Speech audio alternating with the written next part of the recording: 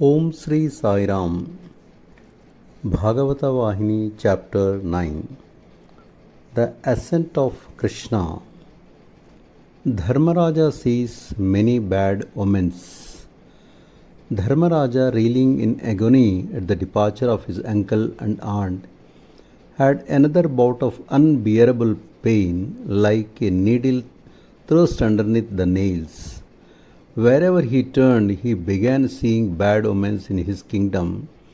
He noted in every act around him the taint of falsehood, cruelty, and injustice. It met him at every step and confused his vision. As a result, an inexplicable anguish possessed him. His face became pale with apprehension. It was marked by constant agitation and anxiety. Seeing this and becoming agitated themselves, the brothers Bhima, Nakula, and Sahadeva approached their eldest and expressed their eagerness to dwell into the reasons for his strange sadness. They stood before him with folded hands and inquired, Lord and Master, day by day we find your countenance rendered dimmer and dimmer. You seem sunk in unfathomable agony, sinking deeper and deeper. With every passing hour, you have become too weak to stand firm.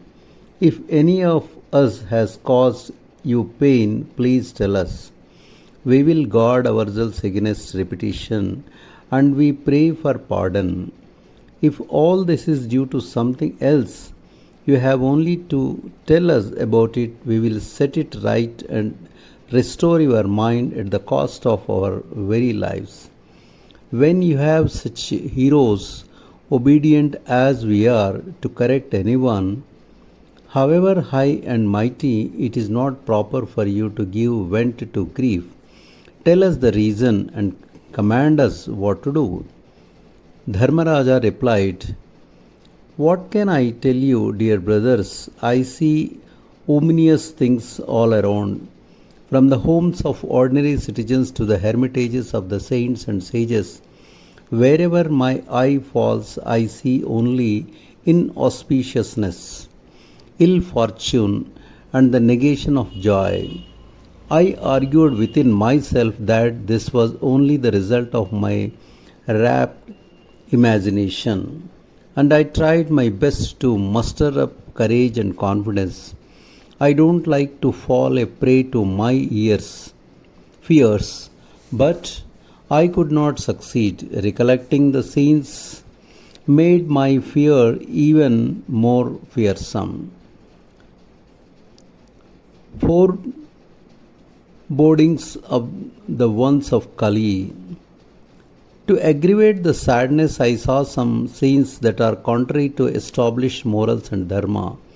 Not only did they come to my actual notice, but the courts of justice in this kingdom have been receiving petitions and pleas regarding wrongs, injustice, iniquities, and misdeeds. This makes me grieve deeply. I saw some situations that were even worse. Last evening, when returning from a tour of the kingdom, I saw a mother cow refusing to nurse and feed her newborn calf. This is quite strange and contrary to nature. I saw some women wantonly loitering in the bazaar. I hoped that they would rush into their homes when they saw me. But no, it did not happen. They had no reverence for authority. They went on as if I was not in the picture. They continued to talk without restraint to the men folk. I saw all this with my own eyes. I simply went away from that horrid place. Very near the palace, when I was about to enter it, I perceived Brahmins selling milk and curds. I saw people emerging from their houses and closing the doors behind them. I found them fixing some iron lump to them so that they could not be opened. The reference is evidently to locks which were strange things in Dharmaraja's kingdom, for no one had any fear of thieves. My mind was very much concerned with all this tragic transformation. I tried to forget this state of affairs and started doing the evening rituals, the sacred rite of offering oblations to the consecrated fire. And shall I tell you what happened? The fire could not be lit, however hard I tried. Oh, what a calamity it was! My fears that these events foreboded some great catastrophe is fed by other happenings as well. Every minute they confirm my premonitions. I find myself too weak to overcome them. Perhaps the Kali era has begun or is about to begin. I believe, for how else are we to explain such facts as this? A wife quarreled with her husband and is arguing before the judge in court that she should be permitted to go to her parents, leaving him to himself. How am I to face such a plea in court that she be permitted to dissolve the marriage and leave for her parents' home, deserting her husband? A petition from such a wife was admitted yesterday in the court of justice. How am I to ignore such abominations? Why go on recounting these occurrences? Yesterday, the horses in the royal stables started weeping. Did you hear? They were shedding copious tears. The grooms reported. Sahadeva tried to investigate the causes of their deep sorrow, but he could not discover why, and he was struck with wonder and consternation. These are indications of wholesale destruction, not of any minor danger or small evil. Dharmaraja placed his chin on his upright arm and rested a while in deep thought. Bhima did not give way to despair. He laughed scornfully and began, "The incidents and events you mention might have happened. I don't deny them, but how can they bring disaster to us? Why should we give up hope? All these abnormalities can be set right by administrative measures and their enforcement. Your worry over such small matters which we can correct is really surprising. Or do you fear the imminent breaking out of another war? Perhaps you are anxious to avoid the ravages that the revival of war might bring about. That contingency is impossible, for all our foes have been exterminated with their kith and kin. Only we five are left, and we have to seek friends and foes only among ourselves. Rivalry won't break out among us, even in our dreams. So, what agitates you? I don't understand why you are afflicted. People will laugh at you when you take these little things to heart and lose peace of mind." Bhima said this, and changing his mighty mace from the right hand to the left, he laughed a laugh that was half a jeer. Dharmaraja suspects the disappearance of Krishna. Dharmaraja replied, "I have the same discrimination and intelligence that you have in these matters, nor do I have an iota of dread that enemies will overpower us. Didn't we defeat the renowned warriors Bhishma, Drona, and the rest, who could singly and without one arrow destroy the three worlds? What can any foe do to us? And what can agitate us, who we bear even the direst calamities with fortitude? How can any difference arise between us now, who stood so firm in the days of distress? Perhaps you suspect that I am afraid of anything happening to me personally. No, I will never be agitated by anything that might happen to me, for this body is a bubble upon the water. It is a composite of the five elements waiting to be dissolved back into its components. The dissolution must happen someday. The body is bound to fail, fall, fester, and be reduced to ash or mud. I don't pay heed to its fate. My only worry is of one particular matter. I will disclose it to you without any attempt to conceal its seriousness. Listen, it is now more or less 7 months since Arjuna, our brother, left for Dwaraka, yet we have not heard anything about the welfare and well being of the Lord of Dwaraka. He did not even send a message regarding at least his arrival in Dwaraka.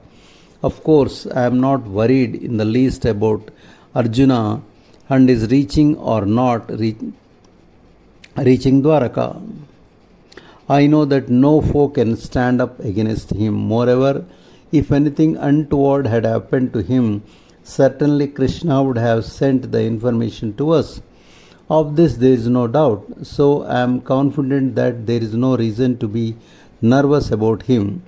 Let me confess, I am worried about the Lord Himself. My anxiety increases with every passing minute. My heart suffers unbearable agony. I am overwhelmed by the fear that he may leave this world and resume his permanent abode. What greater reason can there be for sorrow?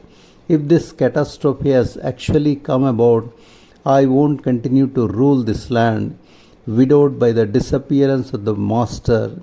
For us, Pandavas, this Vasudeva was all our 5 vital heirs put together. And when he departs, we are but corpses devoid of vitality. If the Lord is upon the earth, such ominous signs dare not reveal themselves. Injustice and iniquity can have free play only when he is absent. I have no doubt about this. My conscience is clear about it. Something tells me that this is the truth. At this, the brothers fell into the depth of grief. They lost all trace of courage. Bhima was the first to recover sufficiently to speak. He mustered some courage in spite of the wave of sadness that smothered him. Don't picture such a dire calamity and start imagining a catastrophe that just because Arjuna has not returned or because we have not heard from him. There must be another reason for Arjuna's silence, or else Krishna himself might have neglected to inform us. Let us wait and seek further light. Let us not yield to the fantasies that a nervous mind might weave. Let us not clothe them with the vesture of truth. I am encouraged to speak like this, for one's nervousness is often capable of shaping such fears. But Dharmaraja was in no mood to accept this. He replied, "Whatever you say, however skillfully you argue, I feel that my interpretation is correct. Or else, how can such an idea arise in my mind? My left shoulder is registering a sure. See, this sign confirms my fear that this has actually happened. You know, it is a bad omen if the left shoulder shivers for men and right for women. This thing has taken place in my body, and it is a bad omen. Not merely the shoulder, but the entire being, mind, body, intelligence, all are in assure. My eyes grow dim, and I am fast losing vision. I see the world as an orphan having been deprived of its guardian and lord. I have lost the faculty of hearing. My legs are shaking helplessly. My limbs have been petrified.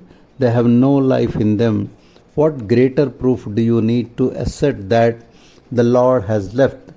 Believe me, dear brothers, even if you don't, facts won't change. The earth is shaking under our feet. Don't you hear the eerie noises emanating from the agonized heart of the earth? Tanks and lakes are shaken into waves. The sky, air, fire, water, and our earth are mourning their fate, for they have lost their master. How much more evidence do you need to be convinced? News came some days back of showers of blood raining in some parts of our kingdom. Hearing these words, streams of tears coursed down the cheeks of Nakula and Sahadeva even as they stood before their brother. Their hearts were struck with pain and they could not stand, for their legs failed them. Jai Sai Ram.